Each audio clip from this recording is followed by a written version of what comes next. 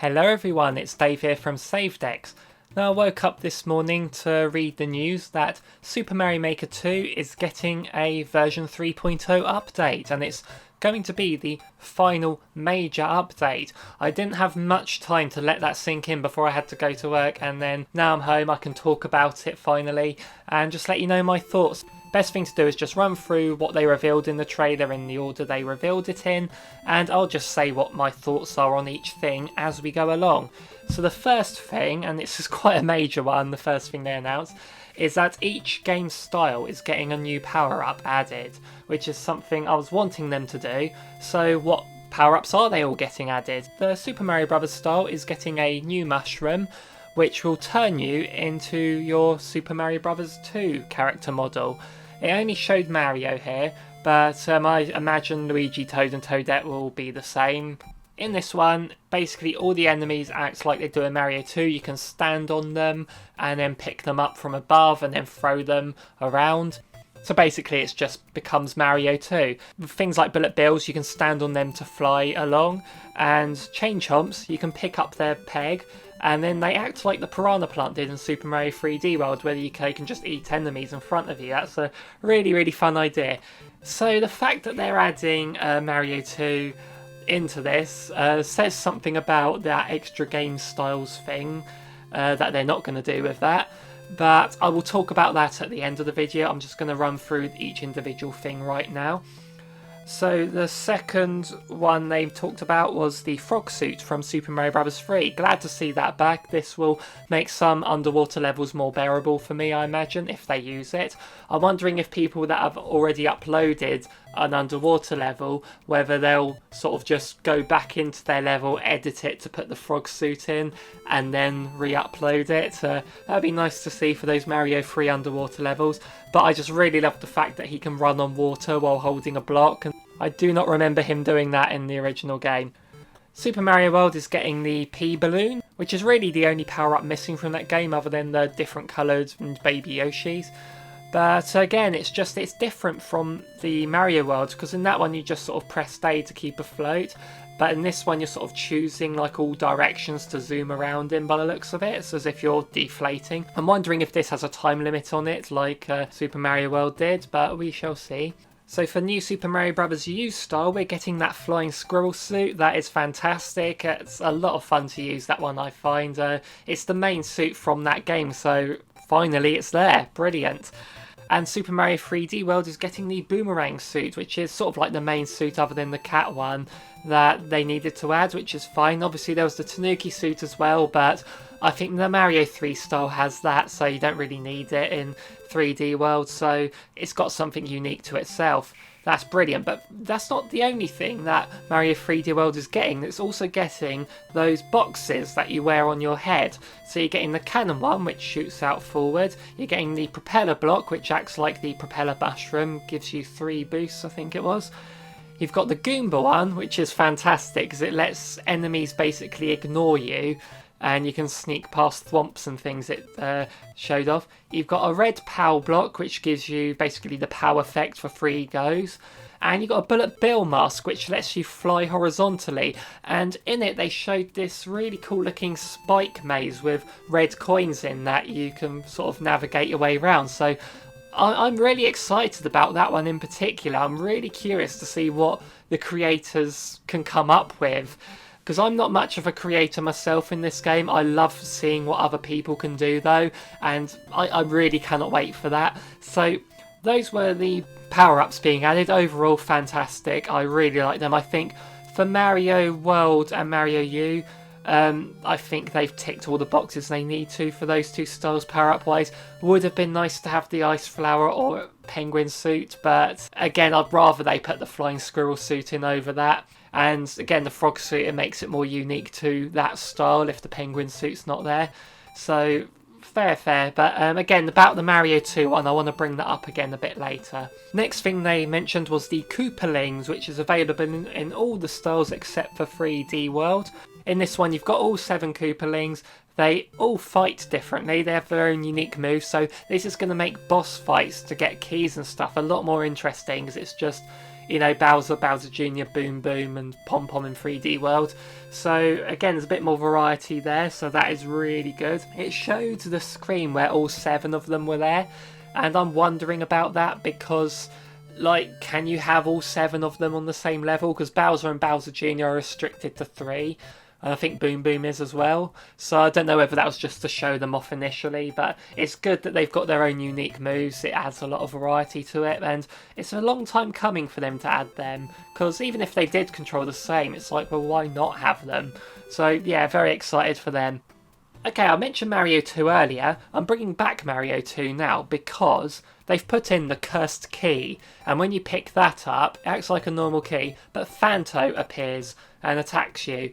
And that is very strange to see, because in Mario 2 you used to pick up that key and Phanto would chase you all the time. When there was a key, Phanto would chase you. But if you threw the key away or put it down, Phanto would go away. So if you needed that breather, you had it. But in this one, when you pick up the key, you're not picking it up so you can throw it, it just follows behind you. So you're always going to have the key, so Phanto's always going to be there. You're not going to get that breather, which adds a lot of challenge to it as well. My favourite thing that they added to Super Mario Maker 2 is the on-off switches. I've seen some phenomenal levels based on them. They've got another use now. They've got trampolines that turn on and off with the switch, which is going to be really interesting, especially for those speedrun levels that require the on-off switch. Looking forward to trying them out when people can make those. And it'll be nice to see, like, you have the platforms normal, but maybe if they're on, you could have some low-hanging spikes that you can't help but bounce into, so that would be an incentive to turn those off, wouldn't it? And the final new enemy they announced is the Mecha Cooper, again standard enemy that you see in Super Mario World and the new series. But they've got varieties here. You've got a red one that has homing missiles, you've got the blue one that shoots out lasers, and you've got at night time they fly. So there's a little bit of variety to the Mecha Coopers there. Again, just another iconic Mario enemy that's been added to the game. Fantastic. So the final thing they mentioned, and the final thing I'll talk about before I go into an overall analysis here, and that is the World Maker. Now this is the big thing because it's what they advertised this video as, World Maker being added, amongst other things really. In the first Mario Maker, there was what I call the trilogy, and that is the most requested things they add to Mario Maker. One of them was slopes, one of them was extra themes, desert and ice being the main two, and the third one was a world creator, so you can have full worlds. Mario Maker 2 has now ticked all 3 of those boxes, and I know there are plenty of other things a lot of people requested they add that haven't yet been added, like certain power-ups and enemies, but those 3 things were the main 3 that I saw people saying in their videos and in comment sections of stuff the most. They've added all 3 now. Now the World Maker looks fantastic for a few reasons, and one thing I'd like to see is when you beat a level on the World Maker and go on to this person's next level, I'd like to see whatever power-ups you have carry over. So if you finish with the leaf, you've got the leaf in the next one. Obviously, if there's a mix of game styles, like you're going from Super Mario Brothers to New Super Mario Brothers, then certain power-ups wouldn't carry over. So I don't know whether the worlds are restricted to a single style in each world.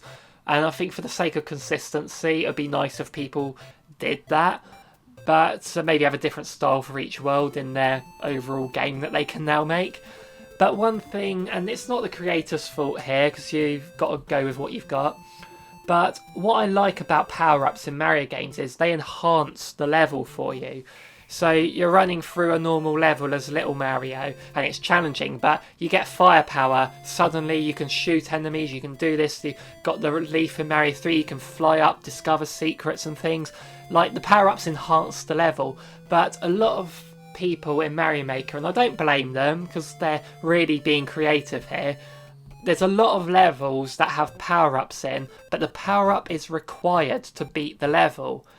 Now, other than Mario 3 had one level where you needed that leaf to carry a Koopa shell up, I can't think of many levels in the other Mario games that required the power-ups to beat it. Like, they were just there to enhance it, so you couldn't theoretically beat most of the game as Little Mario if you wanted.